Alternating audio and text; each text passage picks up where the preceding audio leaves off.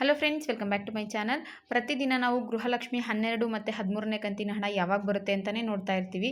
ಅದಕ್ಕಿಂತ ಮತ್ತೊಂದಷ್ಟು ಉಪಯುಕ್ತ ಯೋಜನೆಗಳ ಬಗ್ಗೆ ನಮಗೆ ಮಾಹಿತಿನೇ ಇರೋದಿಲ್ಲ.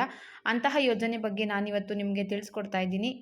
ಈ ಯೋಜನೆ ಮುಖಾಂತರ ನೀವು 25,000 ರೂಪಾಯಿ ಹಣನ ಪಡ್ಕೋಬಹುದು.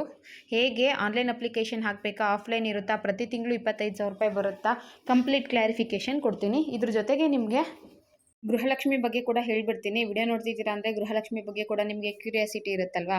ಗೃಹಲಕ್ಷ್ಮಿ 12 ಮತ್ತು 13ನೇ ಕಂತಿನ ಹಣ ಇಲ್ಲಿವರೆಗೂ ಕೂಡ ಬಿಡುಗಡೆ ಆಗಿಲ್ಲ.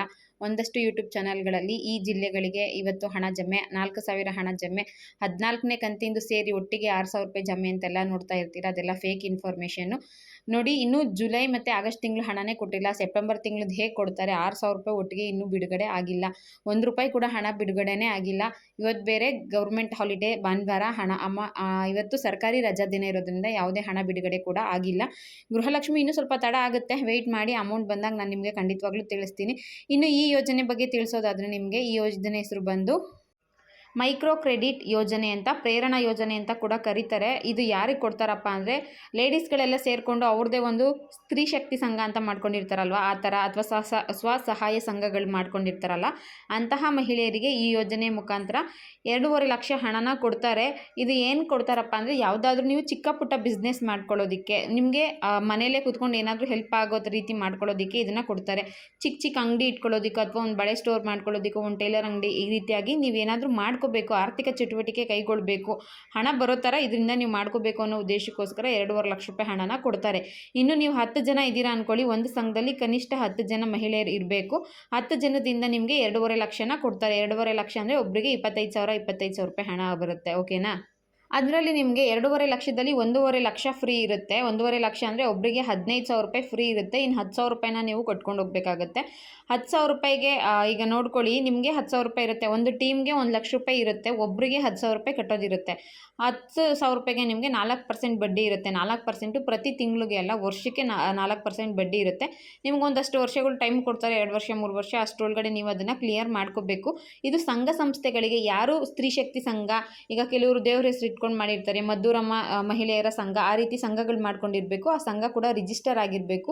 ಅಂತಹ ಮಹಿಳೆಯರ ಗುಂಪುಗಳಿಗೆ ಈ ಹಣನ ಬಿಡುಗಡೆ ಮಾಡ್ತಾರೆ. ಇದು ಬಂದಮೇಲೆ ನಿಮಗೆ 25,000 ರೂಪಾಯಲ್ಲಿ 15,000 ರೂಪಾಯಿ ಕಂಪ್ಲೀಟ್ ಫ್ರೀ ಇರುತ್ತೆ. ಇನ್ನು 10,000 ರೂಪಾಯಿ ಕಟ್ಕೊಂಡು ಹೋಗಬೇಕು. ಆನ್ಲೈನ್ ಮುಖಾಂತರ ನೀವು ಅರ್ಜಿನ ಸಲ್ಲಿಸಬೇಕಾಗತ್ತೆ. ಎಲ್ಲಿ ಅರ್ಜಿನ ಸಲ್ಲಿಸಬೇಕು ಅಂದರೆ ಕರ್ನಾಟಕವನ್ನು, ಗ್ರಾಮವನ್ನು, ಬೆಂಗಳೂರು ಒನ್ಗಳಲ್ಲಿ ಅರ್ಜಿನ ಸಲ್ಲಿಸಬೇಕು. ನಿಮ್ಮ ಸಂಸ್ಥೆನ ನೀವು, ನಿಮ್ಮ ಸಂಘನ ನೀವು ರಿಜಿಸ್ಟರ್ ಮಾಡ್ಕೊಂಡಿರಬೇಕು. ಇದು ಕಂಪಲ್ಸರಿ, ಇಲ್ಲಾಂದರೆ ಯಾವುದೇ ಕಾರಣಕ್ಕೂ ನಿಮಗೆ ಹಣ ಬರೋದಿಲ್ಲ. ನೆಕ್ಸ್ಟು ನಿಮಗೆ ಇದು ಹಣ ಯಾವ ರೀತಿ ಬರುತ್ತೆ, ಪ್ರೋಸೆಸ್ ಯಾವ ರೀತಿ ಇರುತ್ತೆ ಅನ್ನೋ ಕ್ಯೂರಿಯಾಸಿಟಿ ಕೂಡ ಇರುತ್ತೆ. ಅದನ್ನು ಕೂಡ ಹೇಳ್ತೀನಿ. ನೋಡಿ, ಆನ್ಲೈನ್ ಅಪ್ಲಿಕೇಶನ್ ಹಾಕಿದ್ಮೇಲೆ ಎಲ್ಲ ಅಪ್ಲಿಕೇಶನ್ಗಳು ಕೂಡ ಸಂಬಂಧಪಟ್ಟ ಡಿಪಾರ್ಟ್ಮೆಂಟ್ಗೆ ಹೋಗುತ್ತೆ. ಅಲ್ಲಿಂದ ಅದು ಸ್ವಲ್ಪ ವೆರಿಫಿಕೇಷನ್ ಎಲ್ಲ ಆದಮೇಲೆ ನಿಮ್ಮ MLA ಹತ್ರ, ಯಾರು ಚುನಾವಣಾ ಎಲೆಕ್ಷನಲ್ಲಿ ಗೆದ್ದಿರ್ತಾರಲ್ಲ ಅವ್ರ ಹತ್ರ ಹೋಗುತ್ತೆ. ಅದರಲ್ಲಿ ಅವರು ಅಪ್ರೂವ್ ಮಾಡಿ ಬ್ಯಾಂಕ್ಗೆ ಕಳಿಸ್ತಾರೆ. ಬ್ಯಾಂಕ್ ಮುಖಾಂತರ ನಿಮ್ಮ ಸಂಘಗಳಿರುತ್ತಲ್ಲ, ಸಂಘದ ಅಕೌಂಟಿಗೆ ಅಮೌಂಟ್ ಬರುತ್ತೆ. ಅದಾದಮೇಲೆ ಸಂಘದವರೇ ಹಂಚ್ಕೋಬೇಕಾಗುತ್ತೆ. ಆರ್ಥಿಕ ಚಟುವಟಿಕೆ ಕೈಗೊಳ್ಳೋದಕ್ಕೋಸ್ಕರ, ಸಣ್ಣದಂತ ಯಾವುದಾದ್ರು ಬಿಸ್ನೆಸ್ ಮಾಡೋದಕ್ಕೋಸ್ಕರ ಈ ಹಣನ ನಿಮಗೆ ಕೊಡ್ತಾರೆ. ಅದು 25,000 ರೂಪಾಯಿ ಹಣ ಕೊಡ್ತಾರೆ. ಇನ್ನು ಆನ್ಲೈನ್ ಅಪ್ಲಿಕೇಶನ್ ಹಾಕಬೇಕು ಅಂತ ತಿಳಿಸ್ತೆ. ಮತ್ತು ಯಾರ್ಯಾರು ಅಪ್ಲಿಕೇಶನ್ ಹಾಕಬೇಕು ಅದನ್ನು ಕೂಡ ತಿಳಿಸ್ತೀನಿ. ನೋಡಿ, ಇದು ಈಗ ಓಪನ್ ಆಗಿರೋದು SC ಮಹಿಳೆಯರ ಗುಂಪುಗಳಿಗೆ. ಈಗ ಸ್ವಸಹಾಯ ಸಂಘಗಳು ಯಾರು ಮಾಡ್ಕೊಂಡಿರ್ತಾರೆ, ಸ್ತ್ರೀ ಶಕ್ತಿ ಸಂಘ, ಇದರಲ್ಲಿ ಮಹಿಳೆಯರಾಗಿರಬೇಕು. ಅವರು SC ಕ್ಯಾಟಗರಿಗೆ ಸೇರಿರಬೇಕು. 10 ಜನ ಇದ್ದಾರೆ ಅಂದರೆ 10 ಜನ ಕೂಡ SC ಕ್ಯಾಂಡಿಡೇಟ್ಸ್ ಆಗಿರಬೇಕು. ಆಗ ಅವರಿಗೆ ಅಮೌಂಟು ಬರುತ್ತೆ. ಇನ್ ಕೇಸ್ ನಿಮ್ಮ ಕ್ಯಾಸ್ಟಲ್ಲಿ ನಿಮ್ಮ ಗ್ರೂಪಲ್ಲಿ OBC ಇರ್ತಾರೆ, ಅಥವಾ ಬೇರೆ ಮೈನಾರಿಟಿ ಡಿಪಾರ್ಟ್ಮೆಂಟ್ ಅವ್ರು ಇರ್ತಾರೆ ಅಂದರೆ ಅವ್ರನ್ನ ಬಿಟ್ಟು ಉಳಿದವರು ಅಪ್ಲಿಕೇಶನ್ನ ಸಲ್ಲಿಸ್ಕೋಬಹುದು. ಅಂತಹ ಮಹಿಳೆಯರಿಗೆ ಈ ಹಣನ ಬರುತ್ತೆ. ಇನ್ನು ಕರ್ನಾಟಕ ಸರ್ಕಾರದ ಹಲವಾರು ಉಪಯುಕ್ತ ಯೋಜನೆಗಳಲ್ಲಿ ಇದು ಕೂಡ ಒಂದು. ಇದು ಕೇವಲ SC ಮಹಿಳೆಯರಿಗೆ ಮಾತ್ರ ಅಲ್ಲ, OBC ಅವರಿಗೆ, ಮುಸ್ಲಿಮ್ಸ್, ಕ್ರಿಶ್ಚಿಯನ್ ಎಲ್ಲ ಮಹಿಳೆಯರಿಗೂ ಇರುತ್ತೆ. ಅದಕ್ಕೆ ಸಪ್ರೇಟ್ ನೋಟಿಫಿಕೇಷನ್. ಈಗ SC ಡಿಪಾರ್ಟ್ಮೆಂಟಿಂದ ನೋಟಿಫಿಕೇಷನ್ ಆಗಿದೆ ಅಂದರೆ OBC ಡಿಪಾರ್ಟ್ಮೆಂಟಿಂದ ಕೂಡ ಮೊನ್ನೆ ನೋಟಿಫಿಕೇಷನ್ ಆಗಿತ್ತು. SCಗಾಗೋಕ್ಕಿಂತ ಮುಂಚೆ OBCಗಾಗಿತ್ತು. ಮೈನಾರಿಟಿ ಡಿಪಾರ್ಟ್ಮೆಂಟ್ಗೆ ಸಪ್ರೇಟ್ ನೋಟಿಫಿಕೇಷನ್ನು. ನಿಮ್ಮ ನೋಟಿಫಿಕೇಷನ್ಗಳು ಬಿಟ್ಟಾಗ ನೀವು ಅರ್ಜಿನ ಸಲ್ಲಿಸಬೇಕಾಗತ್ತೆ. ನಿಮ್ಮ ಸಂಘಗಳನ್ನ ನೀವು ರಿಜಿಸ್ಟರ್ ಮಾಡ್ಕೊಳ್ಳೋದು ಕಂಪಲ್ಸರಿ. ಆನ್ಲೈನ್ ಮುಖಾಂತರ ಅರ್ಜಿ ಸಲ್ಲಿಸಬೇಕು. ಅದು ವೆರಿಫಿಕೇಷನ್ ಆಗಿ MLA ಇಂದ ಅಪ್ರೂವ್ ಆದಮೇಲೆ ನಿಮಗೆ ಹಣ ಬರುತ್ತೆ. ಇದು ಪ್ರೋಸೆಸ್ಸು.